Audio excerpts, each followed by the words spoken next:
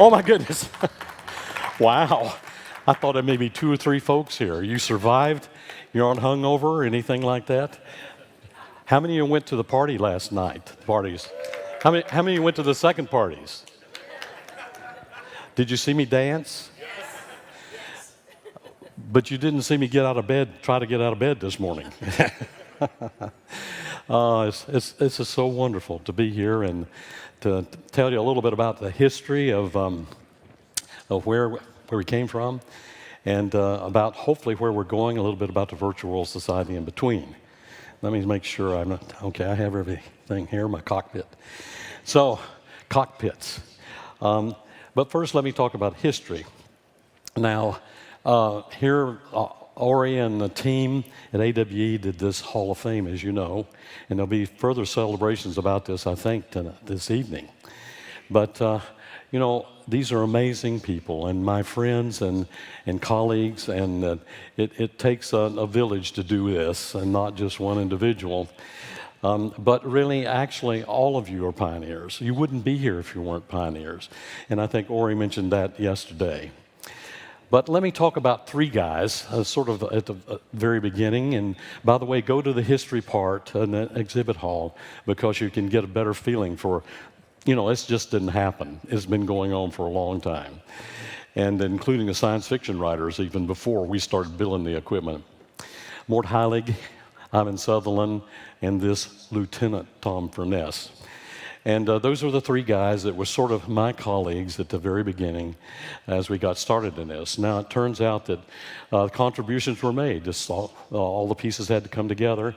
And as you will find out, going to the History Museum, that Mort Heilig built a sensorama, which really gave us the first multi-sensory immersion. And then Ivan Sutherland was interested in, he's a computer scientist, wanted to come up with a different way of interacting with computers. And he gave us the 3-dimensional interaction with computers. And actually what we call now augmented reality, because you see through this and see the outside room and so on. Be sure to go to the museum to see that. But then there's me. And my job as an Air Force officer was to actually work on how in the world do you couple one human to this very complex machine. So my job was to basically design fighter cockpits, advanced fighter cockpits, starting in 1966. So the problem, of course, is that cockpits have gotten more and more complex as airplanes have. And here we see an F-15A, Strike Eagle aircraft in 1972, and then we see it in 1988. And you notice there's a big change there. We have a lot more electronic displays there than we had before, in a wide field of view head-up display and so forth. And I was part of doing that design and transition. But the interesting thing about it is, you think, well, wow, what an improvement in the cockpit on the right. It wasn't, because it was way more complex. At least in the cockpit in 1972, you knew where to look to get a piece of information. Here with this other one, very difficult. Lots of stuff going on. And there were more problems than that. Not only the complexity of interacting with 50 computers, but how in the world do you concentrate on what's going on in the outside world and what's going on with your system? And how do you see at night? How do you see through the cockpit? And we're aiming the whole airplane in order to aim the systems on the airplane. And, of course, in various maneuvering environments. So I started working on this and decided there's no way that we're going to take an existing cockpit and change it so that we could get bandwidth to and from the brain of the pilot. So we had to come up with another way of projecting information and images. So here you see on the left, Lieutenant Furness wearing the very first head-mounted display. This used a miniature cathode ray tube, a projected image with magnified, collimated, and you see it at optical infinity. And now instead of a small screen you had in the cockpit, you had a 30-degree field of view at the time.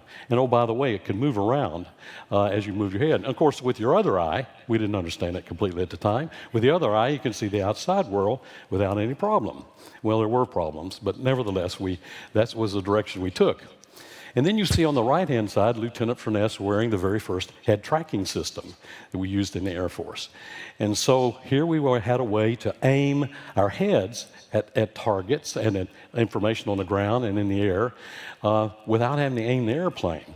So the magic was to put these together in what we call a visually coupled system in 1971, where we actually had the projection of the information on the visor. You couldn't even tell the display was on until you switched it on, and there it was by projecting on this paraboloid.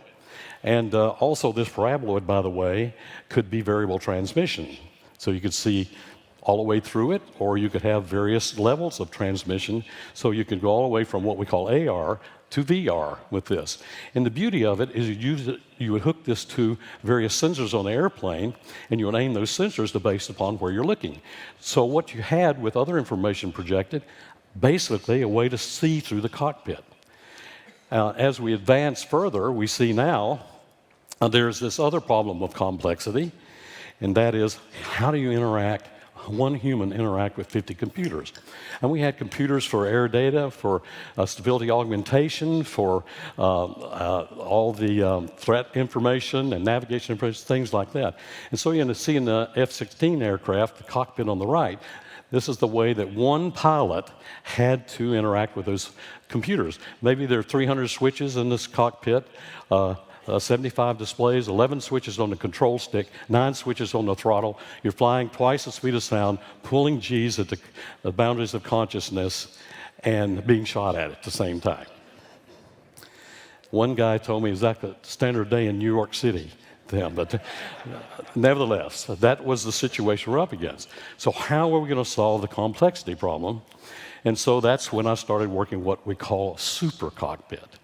The super cockpit really went beyond traditional ways of thinking about cockpits.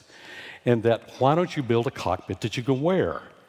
And you have basically, it's like magic flight suit, magic gloves, magic helmet, provided a circumambulance of three-dimensional information to the eyes and to the ears and even to the hands. And that's what we were working on at the time. And so I wanted to transform this cockpit to a cockpit that looks like this. It's a picture. And the picture has all that information that came from all those computers embedded and fused together in this gestalt, where instantaneously you could look at it and find out what's going on, where all the good guys are, the bad guys, where the terrain is, where's the pathway in the sky to avoid threat obstacles and things like that. This was transformative because it turns out a picture is worth 1,000 words. 2 pictures are worth 2,000 words. No picture takes 100,000 words.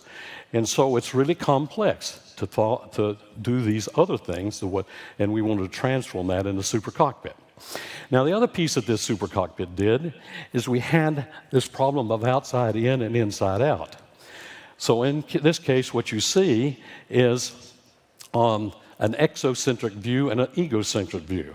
An exocentric view is where you're on the outside looking in. Egocentric is where you're on the inside looking out. And you needed to do both. And this God's Eye display, which was your exocentric view, gave you a chance to see the whole world sort of sitting in your lap, and then you interact with it using gestures and things like that. Now, mind you, this is in the mid-'80s that we're doing this kind of thing.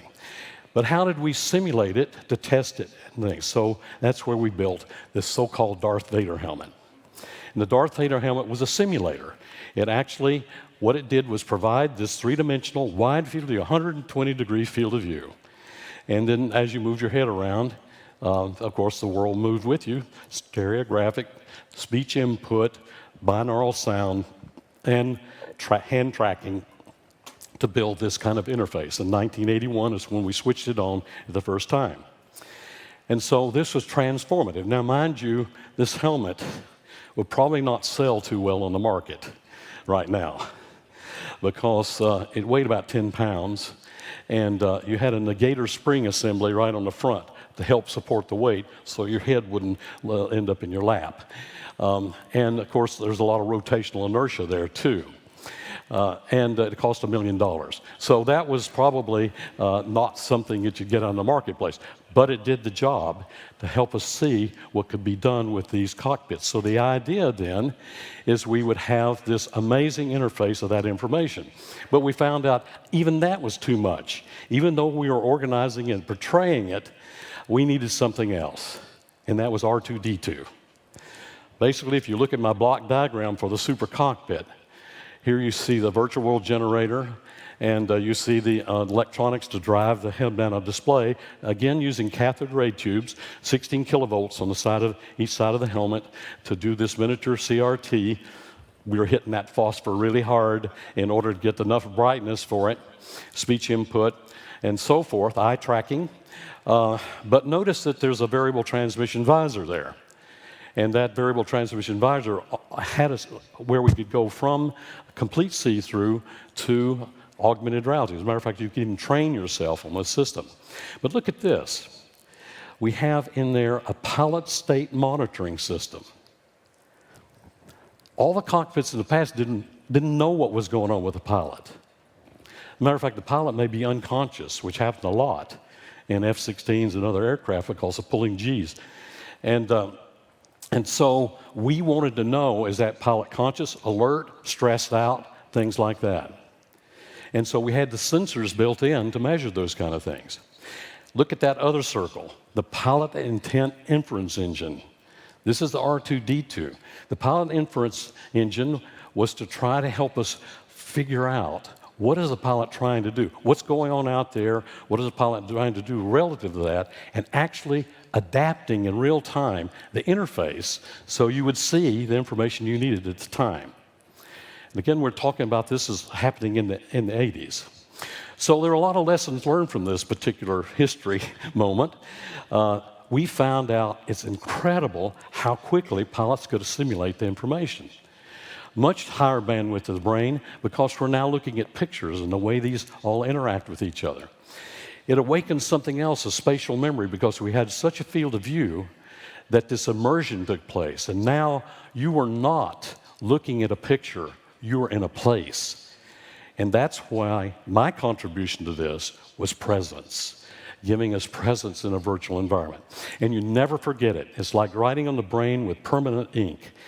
And we got that bandwidth we're looking for, and we found out that in the process, after I ended up on CBS Evening News with my Super Cockpit, people came from all over saying, well, can we do surgery with this? Can we help people who have multiple sclerosis or with cerebral palsy?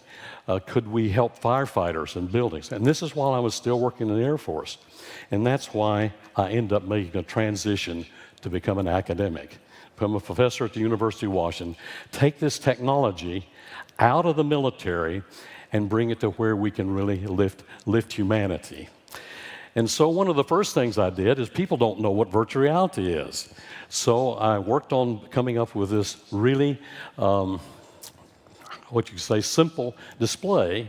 It's basically the first VR display that was consumerly available from a consumer standpoint. And it was my patent in 1992, which we call a personal eyewear display.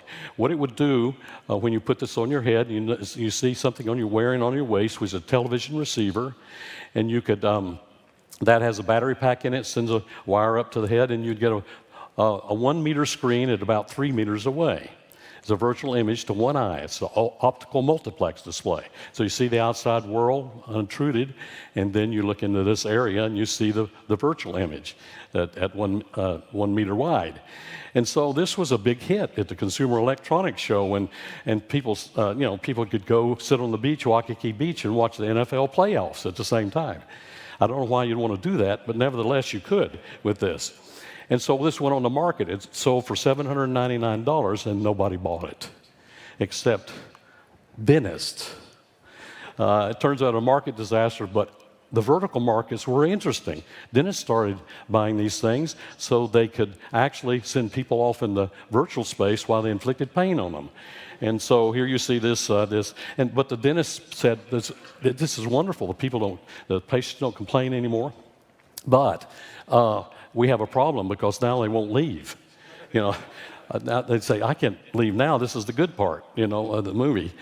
And but even more remarkable than that is what happened with these little ones, these little people. Now the kids went home and asked their mother when they could go back to the dentist again, so they could put this helmet on, so they could play Nintendo. You see, she's playing Nintendo right now with it. So this was transformative to us. Started a whole new program at my lab at the University of Washington where we started working on pain. And we found out that virtual reality was an incredible non-pharma analgesic for pain. And from that, we went to arachnophobia and other phobias and to PTSD. And so this became applications for this technology. And the original work we did then led to the rush of not only VR, but getting into AR displays. And you can see some of the legacy things that have happened as a result of that, the rush. But even that was not enough. The problem is you had to start off with an image plane to begin with, and you just only can pack so many pixels in that. And I came up with this idea, let's just have one pixel, but let's move it really fast and scan it directly on the retina of the eye. There is no screen. The only place where an image appears is on the retina of the eye. And so this was the virtual retinal display, my patent in 1995. And here's the optical bench, you see, where we're scanning the image on the retina. And it was amazing. And you had the unlimited luminance. You don't want to put too much luminance there because you're talking about lasers scanning on the retina, but very low energy and wide field of view, full color, and there was no real limit to the field of view that you get with that. But we also discovered that we could also modulate the light wavefront. So we solved another problem where we could adjust accommodation so we'd have a true voxel, not just a binocular display where everything was at optical infinity, but we'd actually be able to adjust the position from an accommodation standpoint to the eye. So a true 3D display. And then we also found by accident that we'd also created a display for people who have low vision. So if you have a macular degeneration or retinitis pigmentosa or a problem with cataracts and things like that, we found that the fact that we're using coherent light, we're going through the very small part of the lens of the eye to the retina, and the fact that coherent light was better coupled to the waveguide receptors of the eye. It turns out the receptors in the retina act like waveguides, and the coupling efficiency is much higher. So from my experience at working at my lab at the University of Washington, we did lots of cool things, and you can see them here. Generated over 300 patents, applications in medicine, education, design, spun off 27 companies, two with my students. And a number of my former students are here in the audience, and 1,000 graduates and so forth. But one of the things I realized along the way, we needed something else. We need to have an organization that would actually look at how can we take this technology out into the world and build these humanitarian applications. So I came up with this idea. What we really need is a Peace Corps of VR, or a National Geographic Society of the Mind. So in 1993, I started the first Virtual World Society, but we were way too early. It's cost you $1 million to get into VR at the time. And then Palmer Luckey, I don't know if Palmer's here today, but he, of course, you know what happened with Palmer, and he introduced this next wave of making the technology affordable with all the things that had happened in between, and started it again in 2015. And here you see people. It's all about people, transgenerationally. The adult is connected, the roots, and the child, it's the wings. It's all about people, and technology is only a tool in the background. Now, I have to thank 40, there's pictures of 40 people that have been with me, my companions along this journey in building the Virtual World Society, and we've accomplished quite a bit in the time that we've been working on it. We've built this dream team of a board of directors, and with various other people that are helping us as not only staff, but as advisors and so forth. We have almost 3,000 members now, and by the way, how many of you are members of the Virtual World Society? Okay, thank you. Well, now, how many aren't members of the Virtual World Society? How many are going to become members of the Virtual World Society? Okay. There you go. Okay, that's your homework, by the way. So here's We've done these round tables. We have 100 plus families we had in our Home Spark project, where we're getting learning centers built in homes. We're trying to do that worldwide. Podcasts, fireside chats, you see it there. More than that, how many people we've introduced to VR and worked in homeless shelters and cities all over, and projects that you see here around the world.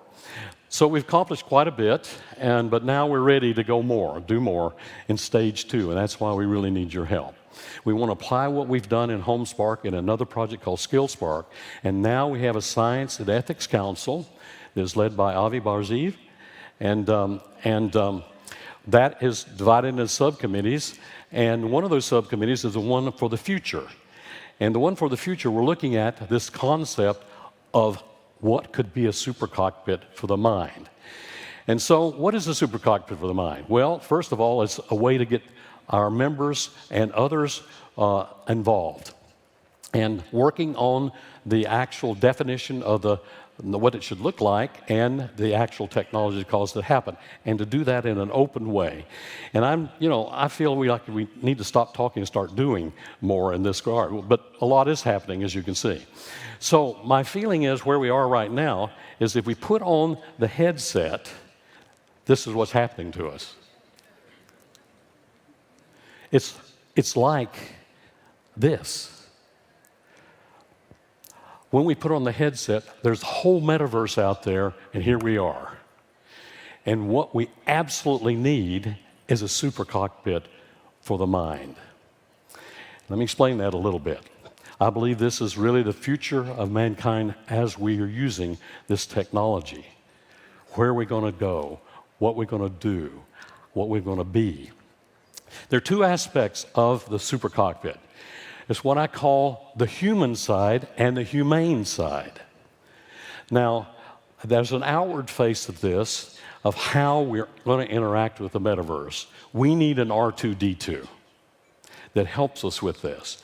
As we explore what's out there in this metaverse, as we learn from it, we build a knowledge platforms, our adaptation of our world based upon what we're trying to do, our intent, and then also how do we eventually have this interface help us really use the tool of and the connection with the metaverse.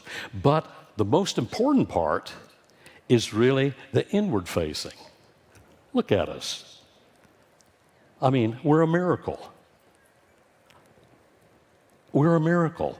All of the cells that make us up, our sensory capability, our perception, our cognitive abilities, we aren't using them. And what we need to do is go back to using them and train ourselves to use the things we already have and have had from the beginning. What is the health and well-being of the pilot? How do we expand our ability to see in the far periphery? By the way, my NSF study that I did on this found there's amazing things that happen beyond our limits of awareness. We perceive things back here that we don't bring into consciousness. It's amazing. This can be a portal. We believe it's a portal to the subconscious and to the limbic system and to all kinds of things that we haven't even touched yet. Also, how do we really make decisions? How do we grok things? I think everybody knows what I mean by grokking. How do we learn to behold, to really see another individual or nature? How do we encircle them with our senses and behold them, connect with them spiritually, and just from a standpoint of using the senses we already have? Ultimately, what we want to become is transcendent beings. That's where we get outside of ourselves, and that's where we're able to solve our problems in cooperation with each other to keep our civilization alive. And so we're doing this through a Science and Ethics Board subcommittee and investigating this using what I call the FDF. Basically, it's how do you achieve marketable products. My FDF stands for Furness Dynamic Framework. I taught entrepreneurship for 30 years at the University of Washington. We spun off all these companies, of course. But there are a lot of dynamics here. The societal pull is huge in this. What is it supposed to do? What are we trying to solve the problems? And then we have the push side, which is all the technology thing. This is the idea that if you build it, they will come. But not necessarily. It could be a flash in the pan. What we want to do is connect all of these things together by actually stepping in the middle with innovation seeds and then going in both directions. Eventually, we want to come up with concept definitions which shows the industry this can be done by putting all our minds together to make that happen. There are a bunch of technologies that we've been sort of incubating, including this inconspicuous display. You don't even know it's there, but it transforms the way you interact with what's going on in the world. Omniscient response ball, the orb, flow state generators, mind bubble trackers that give us our history of where we've been in the metaverse. Using FNIRS, which is functional near infrared spectroscopy, to actually know where our brain is lighting up at the time. Again, this is all the part of looking inward. I want to build also a human energy management system because I did that in cockpits. How do you manage the energy in your aircraft? We can do the same thing for humans to know what our energy balance is and are we eating the right kind of food. This is all in real time. Measuring the pattern of our breath. We've been doing that also.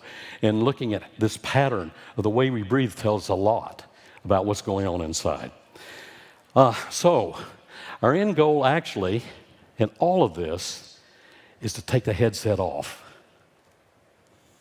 What are we like when we've taken the headset off? That's the most important thing. Not when we put it on, because hopefully we're different when we take it off. Are we lifted? Are we excited? Are we enlightened? Are we grateful? Do we love more? Have empathy? All those things. And so this is what we're trying to do now in the virtual world society. We're trying to build not only humane interfaces, but human interfaces that work in both capacities. So, here's the call to action. This is what I'd like for you to do. First of all, go to that website, the www.virtualworldsociety.org, and join. And then visit our booth 134 downstairs. And oh, by the way, you see this picture there of my virtual cockpit, the DCAS, we'll call our Darth Vader helmet. We have that in auction. And you can go on our website and actually bid on this nice picture on a metal plate. And I've signed it on the back, so what that's worth. But while you're signing up to be a member, just make a significant financial donation. Significant. I mean, you guys are all rich folks. I mean, you can spare a little change.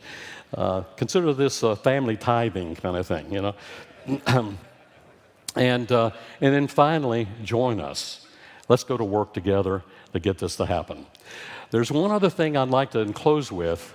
We need to put somebody else on this list of 101. There'll be a lot more.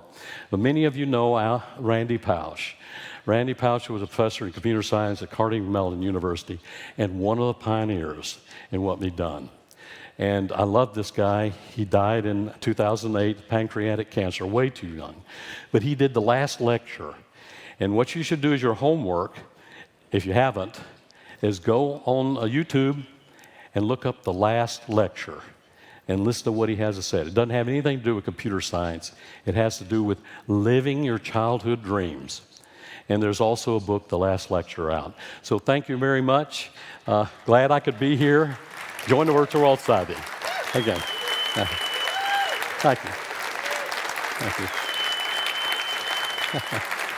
Thank you. Thank you.